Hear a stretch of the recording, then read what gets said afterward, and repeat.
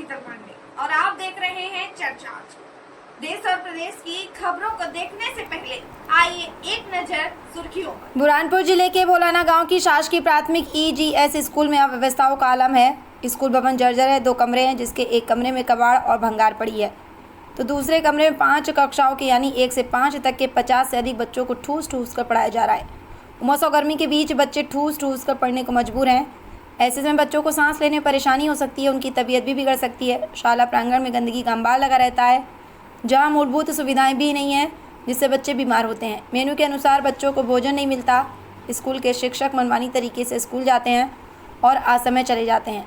जब मौके पहुंची हमारी टीम तो ग्राउंड रिपोर्ट सही निकली। देखा तो हालत बद से बदतर दिखे। बुरहानपुर जिले का भोलाना ग्राम, जहां खिलाड़ी आदिवासी समाज के लोग निवासरत हैं, यहाँ का प्राथमिक शाला का भवन जर्जर तो है ही, लेकिन शिक्षा का आलम उससे भी बदतर है।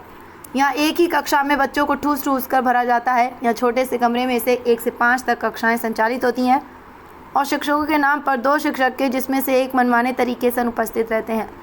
आवेदन देकर इस तरह जाते हैं कि यदि किसी ने स्कूल आकर पूछा तो आवेदन को मान्य नहीं किया जाएगा, अन्यथा अगले दिन का और तबीयत खराब होने का एक आवेदन लगा दिया जाता है। स्कूल में शिक्षक होते हुए भी मासूमों के भरोसे चल रहा है स्कूल।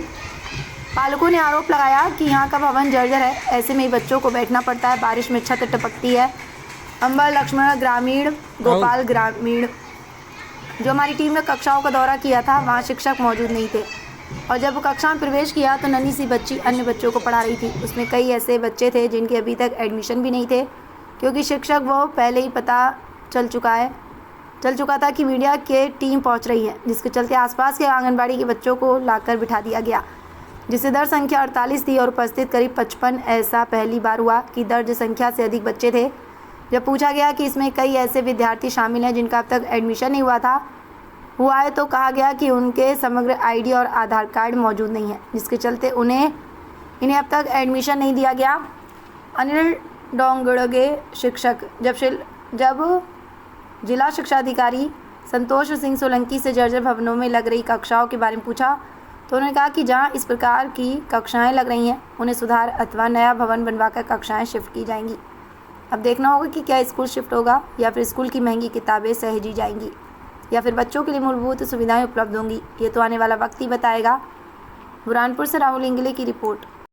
तो से यहाँ नजर आ रहे बच्चे, हाँ, कितने बच्चों की संख्या कितनी है? बच्चे है इस वक्त 48 से लगभग दर्ज, मतलब दर्ज है, लेकिन अभी 48 से ज़्यादा है, क्योंकि कुछ बच्चों का भी एडमिशन नहीं हुआ है, उनको समग्र आधार नहीं, लेकिन वहाँ भी गड्ढे में पानी भरा है, आने जाने की बहुत समस्या है। बच्चे स्कूल नहीं जा पाते, हमारे गाड़ा भी नहीं चलती हमारी। तो ये अभी बना था ना रोड, तो वो तो पिछले साल थोड़ी मट्टी डाल दिया उसने और गड्ढे गिर गए रास्ते में। बहुत दिक्कत हो रही जाने आने में हमको। कौन सा रोड है, क्या नाम है? ये भोलाना पाटुंदा रोड है। क्या नाम है तुम्हारा?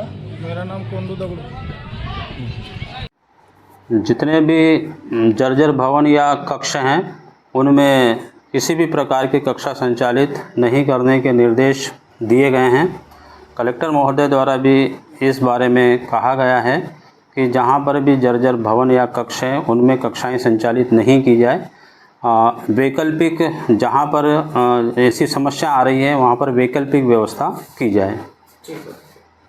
इतने बड़े बड़े गड्ढे बनते हैं, मोटरसाइकिल से जाना हो तो पैदल जाना हो तो मोटरसाइकिल से जाना हो, बिल्कुल पानी बरसात में जाना आना होता नहीं है और इतनी कीचड़ बन जाती है कि कम से कम होंगे बरोबर घुटने बरोबर पानी हो जाता है उसके अंदर।